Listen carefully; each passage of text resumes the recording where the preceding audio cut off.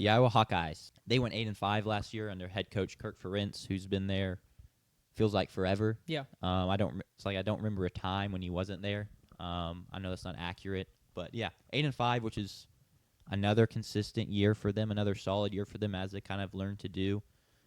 They're still looking to find ways to revamp that offense that's just been so bad for the past couple years. They've been talking about at length these past couple seasons. Cade McNamara, he's the answer. He's going to fix the passing attack. He doesn't do that. They're on to their next guy now. Mark Gronowski, QB from South Dakota State, so FCS QB, but he won multiple FCS championships there. Last season, he had 2,700 passing yards, 23 touchdowns, 7 picks, and 10 rushing TDs, so he's a big dual-threat guy. Do we think he can make the FBS jump, or do you think he's more of an FCS darling? I really liked him. I was watching him play yesterday, watching some of his highlights, and I do really like the run threat. He's got the kind of run threat where it's not just like he's a big guy. I saw a couple QB draws where once he gets past the linebackers, he can like beat the secondary. Like he's got some speed too. He's not just a big guy, but he's a pretty large guy. So he was pretty fun to watch. I'm really excited to see him play at Iowa, and I'll be interested to see.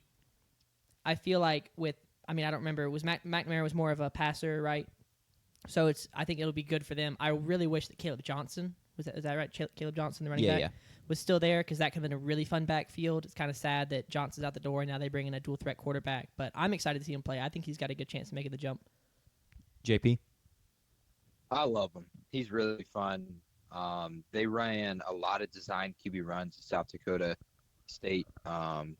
He isn't super fast, but like Sanders said, he just kind of has that like late acceleration that he'll just a DB will think that he's got him, and then Mark just beats him down the sideline or beats him through the middle, and it's really impressive to see. Also at 6'2", 365, like he can run through some guys. 365. He did that. 235. 235. 235. Okay. I was gonna say 260. You good? 235. Cool. So he is a big guy. He can run through some guys. He plays really well in cold weather, and they had to do that. South Dakota State doesn't have the indoor dome like North Dakota State, so he would play in some snow games. In fact, some of his best games last year were in the snow. I'll say one thing: his ball placement, specifically on his highlights, is ridiculous. Like it's like NFL level, putting the ball exactly where it needs to be every time on deep throws down the field and even in the intermediate. He is really good at that. And then a play that like the Jackrabbits ran a ton was they ran like this almost like Tim Tebow jump pass kind of thing. They would fake the QB draw, leak the tight end out, and they scored like 3 or 4 touchdowns off that last season.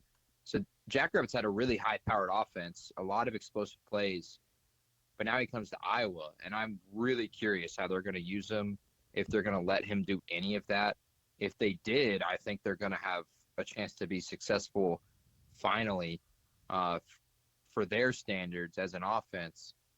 But on top of that, they play a really tough schedule this year, and the talent around them is not great. There's a few good offensive linemen.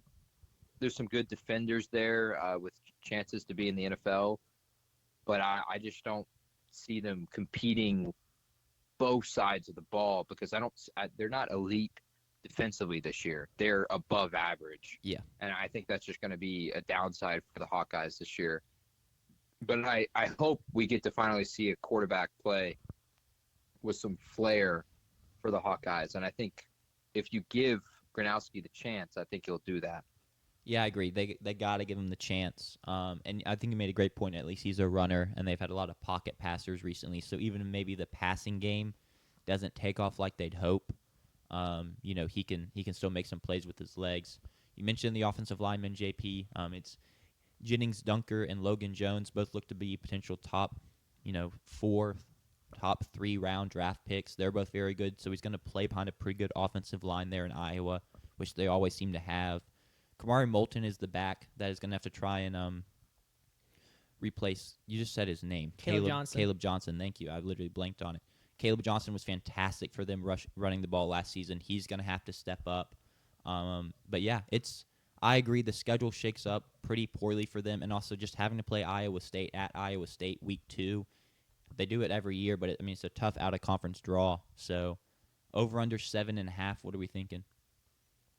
I still think I'm gonna have to go under with the schedule. They've got 4 ranked opponents, current preseason ranked opponents on the schedule, and then they also have USC and Nebraska, who, like I said earlier about USC, and we'll get to them later, I'm higher on. And Nebraska is a talented team, and they've always got hype around them before the season, so I would never mark that off as a win going into it. But I'm gonna have to go under, I think.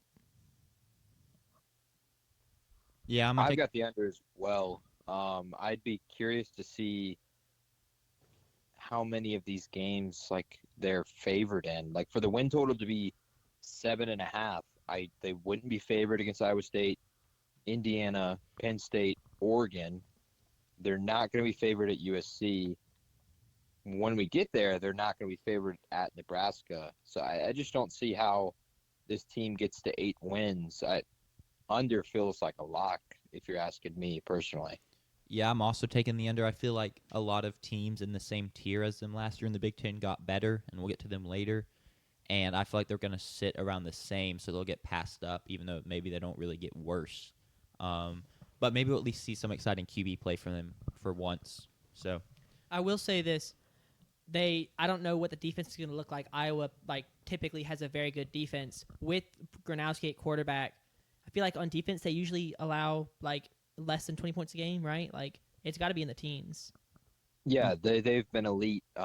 Most of their top defenses were, like you said, in teens from a points per game perspective. If they're going to have big games this year too. Yeah, so I think they're a team that can pull off some upsets potentially. Yeah, if you're looking at one. Yeah, if they can put together a defense like that yet again, then there's a chance Gronowski doesn't light up, turn it into a Miami offense, putting up 30 or 40 a game. But if he can put up 22 a game or 20 a game, this could be a really interesting team. Yeah, it's kind of a thing where I'm at, though, with Iowa. As much as I like Gronowski and we've talked him up, I got to see it before I buy into it because they've tried to sell us offseason after offseason that it's fixed, it's going to be better, and it's just never been better. So I'm not going to base any preseason picks or predictions off of a theoretical passing game because at this point we have quite a track record of that not being the case. So